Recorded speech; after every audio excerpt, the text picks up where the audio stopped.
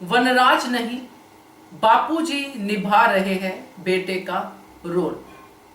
किसका दुख है बड़ा। नमस्कार दोस्तों, स्वागत है आपका आपके अपने चैनल हंग्री स्पिरिट्स में। हंग्री स्पिरिट्स देख रहे सारे दर्शकों का मैं अंजू शर्मा दिल से स्वागत करती हूँ। आज वनराज अपने पिता के साथ दिवाली की शॉपिंग कर रहा है, अपने बेटे को याद कर रहा है।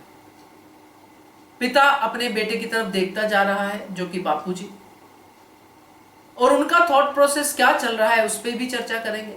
साथ में ये भी चर्चा करेंगे कि आखिर वनराज का दुख कम क्यों नहीं हो रहा, क्या वजह है इसके पीछे।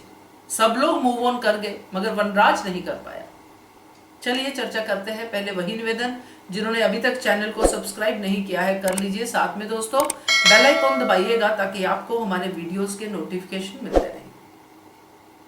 वनराज का दुख कम नहीं हो रहा, इसकी वजह एक ही है कि वनराज के अंदर समर की मौत के साथ साथ समर का गिल्ट भी है।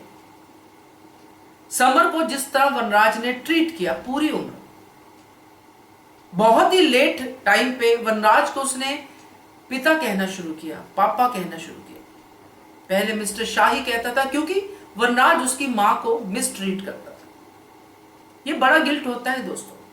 इसीलिए हम सब ये सीन से ये सीखें कि लाइफ का कोई भरोसा नहीं है। जो भी अपने हैं उनसे प्रेम से पेश आओ। पता नहीं कोई बाहर गया घर आएगा कि नहीं आएगा, इसलिए उसको इस तरह से विदा करो कि हम जैसे मिल रहे हैं तो ऐसे ही मिलते रहे। खुशी खुशी विदा करो। और आने के साथ जैसे हम कहते हैं ना कि मैं आता हूं मैं जाता हूं नहीं बोलो, ये सब इसी की तरफ इंडिकेशन करते हैं कि इतनी पॉजिटिविटी के साथ जाओ कि आप वापस आओ। अगर हम किसी को नाराज करके भेजते हैं, किसी के साथ मिसबिहेव करते हैं पूरी उम्र, और बाद में हम फोटो पे टंगे हार के साथ गिल्ट शेयर करते हैं, तो उसका कोई फायदा होता नहीं है। उसका सिर्फ नुकसान होता है जो आज वनराज को हो रहा है। इसलिए उसका दुख कम नहीं हो रहा। हाँ, ये बात जरूर है, बाकी लोग बहुत जल्दी मूव ऑन करके, मैंने एक वीडियो में कहा भी था, अगर 1 साल का लीप ले लेते तो ये सिचुएशन ऑडियंस बेटर तरीके से देख पाती, तो फिर हर एक का मूव ऑन होना जेन्युइन सा लगता। मगर ये थोड़ा सा अटपटा लग रहा है रियल लाइफ के हिसाब से। मगर खैर, हम अभी वनराज की बात कर रहे हैं। तो वनराज इस गिल्ट से नहीं निकल पा रहा, इसलिए वो समर के हर उस मोमेंट को जीना चाहता है जो उसने समर के जिंदा होते मिस किया। जब समर जिंदा था तो ये सब करता था, तो यही वनराज उसको कभी नचनिया, कभी माँ का पल्लू पकड़ा हुआ, ऐसा वैसा करके उसको चिढ़ाता था, क्योंकि यही समर ही था जो इसके आसपास नहीं भटकता था, अपनी माँ के साथ ही रहता था। आज उसी समर को याद कर करके रो रहा है। ये तो हो गया वनराज का और समर का, जो अब इस दुनिया में नहीं है समर। मगर बापूजी का क्या।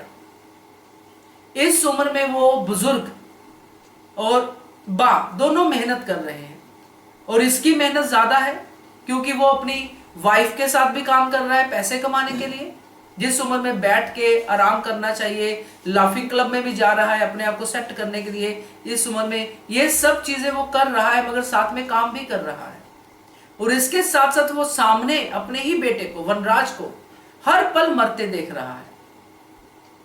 ये समर के मरने से बड़ा दुख है दोस्तों। वनराज के दिमागी हालत ठीक नहीं है। उसको लेके बाजार में शॉपिंग करवा रहा है, खुद जेब से पैसे निकाल के दे रहा है। अगर वनराज की दिमागी हालत ठीक होती तो क्या वनराज ऐसा होने देता? क्योंकि वनराज ने बहुत कुछ बुरा किया हो, मगर उसने कभी अपने बापूजी की डिसरिस्पेक्ट नहीं की है। अपने पिता को हमेशा वही दर्जे पे रखा है जिसमें बापूजी को होना चाहिए। पेरेंट्स के लिए उसका कमिटमेंट रहा है, और आज वही बापूजी उसके बेटे का रोल निभा रहे हैं, वनराज का रोल निभा रहे हैं। बापूजी का वो देखना अपने बेटे की तरफ की बहुत सुंदर है। वो तो देख भी नहीं रहे थे कि जो वनराज खरीद रहा था, मगर वो अपने बेटे को देख रहे थे कि इसको खुशी मिल रही है ये खरीदने में, तो खरीद ले बेटा, ले ले। जैसे बच्चों के साथ पापा करते हैं, या पिता अपने बच्चों के साथ करता है कि बेटा अच्छा दिवाली पे पसंद आया ले ले। आज बापूजी उस रोल में दिखाई दिए। बड़ा ही टचिंग सीन था बेसिकली, क्योंकि बहुत ही जल्दी से निकल गया मगर इम्पैक्ट बहुत देखे गया वो सीन।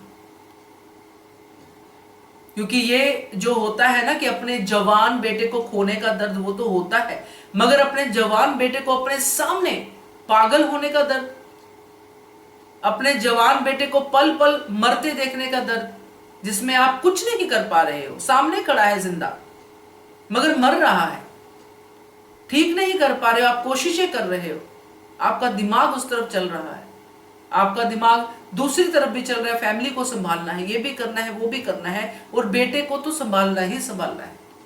तो ये जो बापूजी कर रहे हैं बहुत ग्रेट है दोस्तों। ये बुजुर्गों के लिए भी एक लेसन है कि कभी कभी उनको भी घर का ऐसा स्तंभ बन के खड़ा होना पड़ता है उस उम्र में, जिस उम्र में वो पैर उनके कांपते हैं मगर उनका हौसला बुलंद रहता है। वही बापूजी कर रहे हैं। मुझे अच्छा लगा ये सीन, इसलिए मैंने आपसे डिस्कस किया। क्या कहते हो आप कमेंट कीजिएगा। देखते रहिए channel Hungry Spirits. Thank you so much. Subscribe to our channel by clicking the subscribe button. Click the bell button and enjoy the latest uploads from our channel.